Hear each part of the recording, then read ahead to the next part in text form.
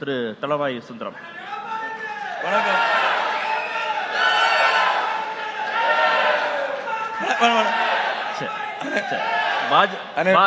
பாஜக கூட்டணியை விட்டு போனாலும் அதிமுகவை குழப்பத்திலே வச்சிருக்கிறதுன்னு முடிவு பண்ணிருக்காங்க போல இருக்கு. முதல்ல திராவிட கட்சி இல்லைன்னாரு, அப்புறம் தேசிய கட்சின்றாரு. ஏதாவது ஒரு முடிவு வர முடியுதா உங்களால? அனைவருக்கும் வணக்கம். வருகின்ற பார்வையாளர், அனைத்து கட்சியினுடைய பார்வையாளர்களுடைய வணக்கத்தை தெரிவித்துக் கொள்கிறேன். எங்கள் இயக்கத்தின் பேர் உங்களுக்கு நன்றாக தெரியும், அனைத்து இந்திய அண்ணா திராவிட முன்னேற்ற கழகம். நான் சொல்லல சார், கூட்டணியில இருந்தவங்க. நான் சொல்லுவேன், அவரு சொல்ல விடுங்க, நான் சொல்லுவேன். நான் விட்டு கொடுக்கல சார் உங்க. அனைத்து இந்திய அண்ணா திராவிட முன்னேற்ற கழகம் என்ற பெயரை ஊதிட்டாரு பாருங்க. பெயரை சூட்டியது புரட்சி தலைவர் அவர்கள். பேரறிஞர் அண்ணா அவர்கள் நல்ல கருத்துக்களை சொன்னார்கள். ஒன்றே குலம், ஒருவனே தெய்வம்.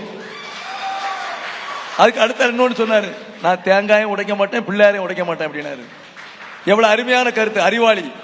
பேரறிஞர் அண்ணா அவர்கள் சொன்ன கருத்து, எம்ஜிஆர் என்னுடைய இதயக்கனி. அந்த கட்சியினுடைய பெயர் நமது பேராசிரியர் சொன்ன போது கார்த்தியன் சொல்லுவாரு, நீங்க அங்கே இங்கேன்னு கேட்டாரு. நாங்க அனைத்து இந்திய அண்ணா திராவிட முன்னேற்ற கழகம், எம்ஜிஆரால் தோற்றி வைக்கப்பட்ட கழகம், என்றும் திராவிட முன்னேற்ற கழகத்தை எதிர்க்கக்கூடிய இயக்கம். உங்களுக்கு எந்த டவுட் வேண்டாம், தெளிவுபடுத்திட்டீங்க. நல்லது. ஒண்ணு. இன்னொன்னு, பேரறிஞர் அண்ணா சொல்லும்போது சொன்னார்கள், கழகமே என் குடும்பம் என்று சொன்னார்கள். இப்பொழுது அப்படியே முதலமைச்சர் திராவிட மாடல் சொல்லச்சுமே நம்ம பிரசன்னா அவர்கள் சொன்னார்கள், எல்லோருக்கும் எல்லாம். ஐயா பிரசன்னா, எல்லோருக்கும் என்னன்னா, இந்த துணை முதலமைச்சர்லாம் ஒரு குடும்பத்தை தவிர வேற யாருக்காக கொடுப்பேடா? 100க்கு 100% அங்க திராவிடம் இல்லை. சமத்துவம், சமூக நீதி இல்லை. 69% ரிசர்வேஷனை கொண்டு வந்தது மாண்புமிகு புரட்சி தலைவி அம்மா அவர்கள். 7.5% இடஒதுக்கீடை தந்தது எடப்பாடியார் அவர்கள்.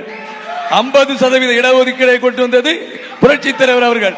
ஆக எங்கள்கிட்ட இருக்கு, எங்கள்கிட்ட சமூக நீதி இருக்கு, சமத்துவம் இருக்கு, ஒன்றே குலம் ஒருவனை தெய்வம். போட்டிக்கு அவங்க வர்ற மாதிரி தெரியுது. யாரு அவங்க போட்டிக்கு வரல, அவங்க நல்ல மனுஷங்க. அவரு தானே சொன்னாரு, திராவிட சித்தாந்தம் இந்த கட்சிக்கும் பொதுவானது இல்ல, வர்ற மாதிரி தெரியும். அதான் திருப்பி சொன்னேன். அண்ணா பேரறிஞர் அண்ணா சொன்ன திருப்பி உங்கள்கிட்ட சொன்னேன், ஒன்றே குலம் ஒருவனே தெய்வம். திராவிட சித்தாந்தம் இருக்கா இல்லையா அவர்தான் கேட்க. அண்ணாவை பிடிச்சிட்டாங்க அவங்க, பெரியார பிடிச்சுக்கிட்டாங்க அவங்க. இப்ப நீங்க உங்களுடைய கேள்வியை சிம்பிள். நீங்க இருக்கக்கூடிய அனைத்து கட்சிகளிலும், இங்க இருக்கக்கூடிய நமது பேராசிரியர் எம்ஜிஆர் ஆரம்பித்த கட்சியிலே தான் அனைத்து சமத்துவமும் சமூக நீதியும் இருக்கிறது என்பதை எங்களால் இதுவரையில் பேச்சை நிரூபித்து காமிச்சிருந்தேன். இப்ப அவர் சொன்னாரு, நாம் தமிழர் கட்சி கனிமங்கள் கடத்தப்படுகின்றன.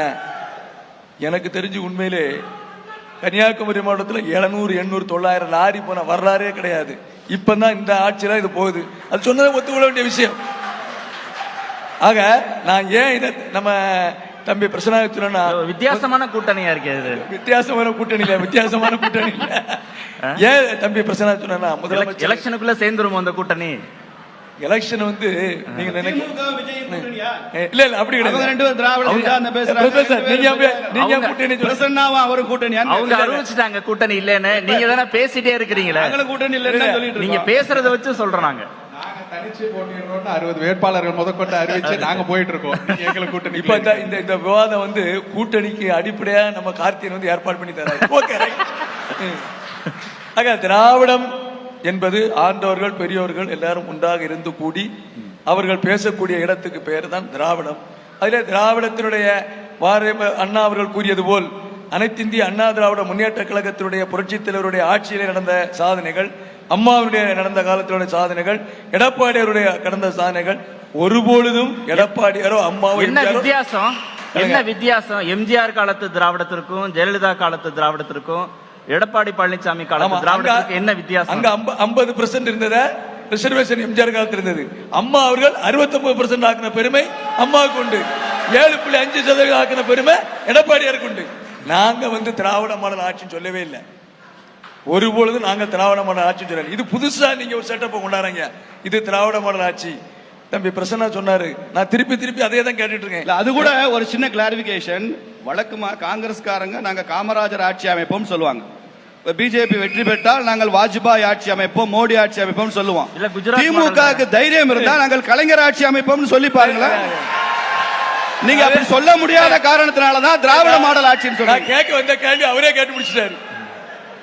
இல்ல, கூட்டணி உறுதிதான். சரி. ஒரு நிமிஷம்.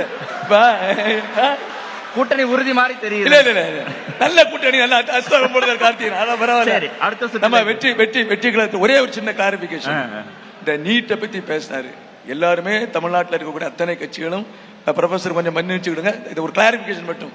நீட்டை எல்லாருமே எதுக்கும். பட் நீட்டு வந்து எப்படி வந்து அந்த கேஸை நடத்துறேன். நீட்டு வந்து ஃபர்ஸ்டா ஒரு கவர்மெண்ட், அது காங்கிரஸ் திமுக கவர்மெண்ட் நோட்டிபிகேஷன் போட்டுதாங்க. 3 ஜட்ஜில் 2 பேர் நீட்டு வேணுங்காங்க, ஒருத்தர் வேண்டாங்க. அதுக்கு மேல ரிவ்யூ போறாங்க. ரிவ்யூ பெட்டிஷன்ல ஃபுல் பெஞ்சில் கிளியர் பண்ணுதாங்க. ஓபன் ஒரு வருஷம் முடிச்சேன். ஓபன் கோர்ட்ல ஜட்ஜ் என்ன சொல்றாரு, அனிதாவே you bring the GO, bring the audience before this court. அதனாலதான் நீட் வருது, அந்த நீட்ல ஆக்ட் வருது. இதை எப்படி உடைக்கணும்? கோர்ட்ல போய் நீங்க பேசணும், இல்லன்னா பார்லிமெண்ட் வச்சு பார்க்கணும். நீங்க என்ன பண்ணுவீங்க? லட்சத்துல நாங்க எடுத்த உடனே ஒரே கையெழுத்தில் நீட்டை நாங்கள் முடித்து விடுவோம். எங்க 5 வருஷம் ஆக போகுது. ஒரு வருஷம் 5 வருஷம் ஆச்சு, இன்னும் முடிக்கல. இப்பவும் நீங்க என்ன சொல்லுவீங்க? ஒரு முடிச்சேன். ஒரே ஒரு நிமிஷம். ராகுல் காந்தி நீட்டு சப்ஜெக்ட் வந்த உடனே ஐயோ நாங்க கொண்டு வந்தாரு, அவரு அப்படியே காம் ஆயிட்டாரு. நீட்டுக்குள்ள போகவே இல்லை. நாங்க நீட்டை எதிர்த்தோம், இன்று வரை எதிர்த்துட்டு இருக்கோம். ஆனா அது என்ன கிளாரிபிகேஷன், எப்படி அதை முடிக்கணும் அது தெரியாது. இத 5 வருஷத்துல பிரசன்னா தம்பி கொண்டு போயிட்டே இருப்பாரு. எலெக்ஷன் வந்தோம், அடுத்த எலெக்ஷனுக்கும் நீட்டை நாங்கள் ரத்து செய்வோம். இதான் அவங்களுடைய கோரிக்கை.